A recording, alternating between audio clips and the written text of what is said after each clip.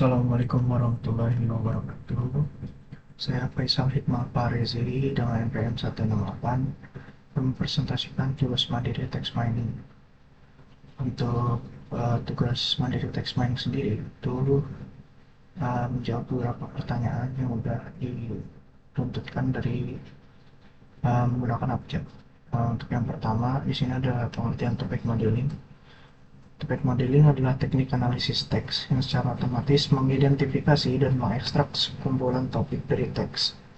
Ini melakukan analisis hubungan antar kata untuk menemukan tema utama atau inti pembahasan dalam teks. Tujuannya untuk menyederhanakan, mengorganisir, dan memahami kumpulan data teks dengan menemukan topik tersembunyi di dalamnya. Ada juga manfaatnya di sini. Yang pertama, untuk menambahkan dokumen berdasarkan topik tanpa label manual, mempermudah eksplorasi dan pemahaman data teks, membantu proses penemuan informasi pada data teks, dan juga membantu dalam rekomendasi konten atau proper organization arsip teks. Sini ada perbedaan topik modeling menggunakan metode klasifikasi atau clustering teks lainnya.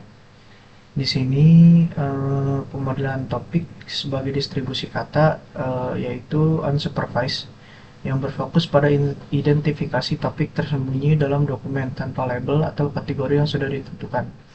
Metode yang diawasi yang dikenal sebagai klasifikasi teks menggunakan data dengan label yang dimaksudkan untuk membuat teks dalam kelas tertentu yang telah ditetapkan sebelumnya.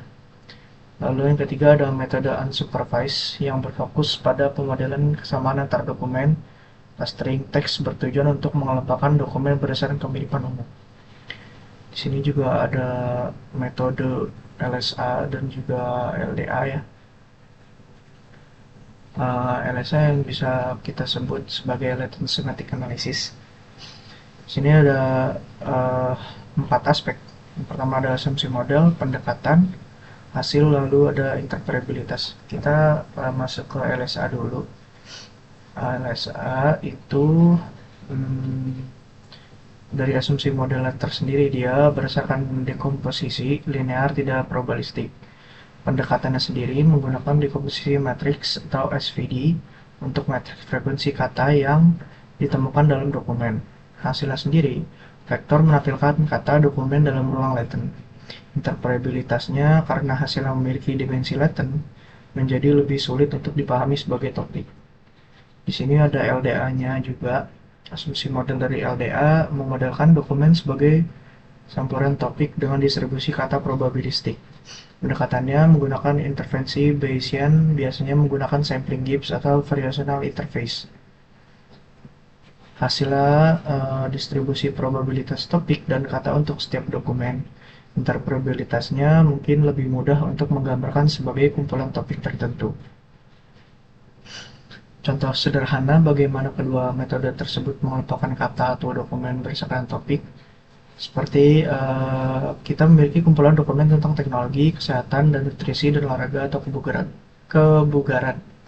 LSA bekerja untuk mengurangi ukuran ruang kata. Contohnya kata-kata seperti CPU, software, hardware akan dimasukkan ke dalam ruang-ruang semantik. Jika dokumen mengandung banyak kata tersebut, dokumen akan saling berdekatan satu sama lain. Dimensi laten yang ditemukan bagaimanapun tidak secara eksplisit disebut sebagai teknologi atau kesehatan, sehingga diperlukan analisis tambahan untuk memahaminya. Sedangkan untuk LDA akan menghasilkan distribusi kata yang nantinya ditafsirkan sebagai topik. Misalnya topik 1, teknologi, itu ada CPU, software, hardware, AI. Topik 2 ada kesehatan, isinya vitamin, diet, nutrisi, dan kesehatan. Sementara topik 3 olahraga, lari, gym, kebugaran, yoga. Setiap dokumen akan diwakili oleh campuran topik-topik ini.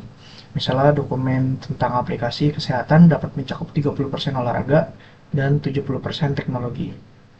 Kita masuk ke studi kasus. Studi kasus yang saya ambil itu scraping Steam pada aplikasi Play Store didapatkan melalui aplikasi Play Store untuk diambil datanya lalu dianalisis.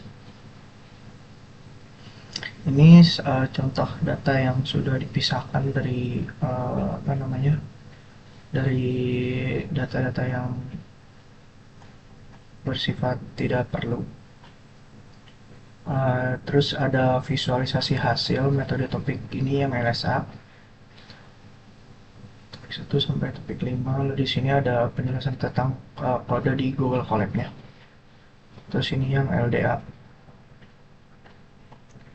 Lalu ini di perbandingan hasil. LSA menunjukkan hasil berupa dimensi laten yang sulit dihubungkan dengan topik tertentu karena tidak memiliki distribusi probabilitas kata.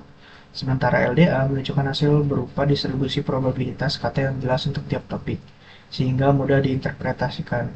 LDA lebih baik daripada LSA dalam hal kesesuaian dengan konteks karena mampu menangkap tema tertentu seperti STEAM, akun, melalui probabilitas kata.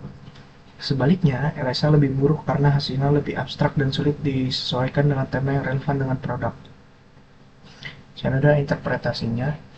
Berdasarkan visualisasi, interpretasi topik menggunakan LDA adalah hasil sebagai berikut. Untuk topik 1 itu ada login. Topik ini menunjukkan fokus pengguna proses masuk login ke akun Steam. Kata-kata terkait mengidentifikasi bahwa fitur login adalah bagian penting dari pengalaman pengguna. Topik 2 itu ditemukan akun. Topik ini berkaitan dengan penggunaan akun secara umum, termasuk aktivitas berpindah akun atau pengelolaan beberapa akun oleh pengguna. Topik ketiga, verifikasi. Topik ini berfokus pada proses verifikasi saat pengguna membuat akun. Ulasan ini banyak muncul membahas pengalaman pengguna dalam tahap verifikasi ini. Topik keempat adalah masuk. Topik ini mirip dengan topik login, namun lebih spesifik pada proses masuk ke aplikasi atau sistem, menandakan pentingnya kemudahan akses. Sementara topik kelima itu ada daftar. Topik ini mencerminkan ulasan yang berkaitan dengan proses pendaftaran atau registrasi akun pada Steam.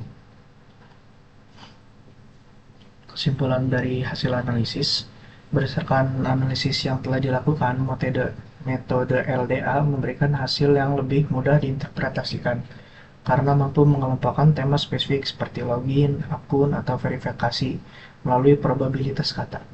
Dari hasil analisis dapat disimpulkan bahwa topik yang paling dominan dan menjadi perhatian utama pengguna adalah login dan akun. Hal ini menunjukkan bahwa aksesibilitas dan manajemen akun merupakan fitur paling krusial dalam aplikasi Steam menurut tulisan pengguna. Sekian dari presentasi saya. Untuk linknya nanti akan saya sematkan di atas setelah NPM. Terima kasih sebelumnya. Wassalamualaikum warahmatullahi wabarakatuh.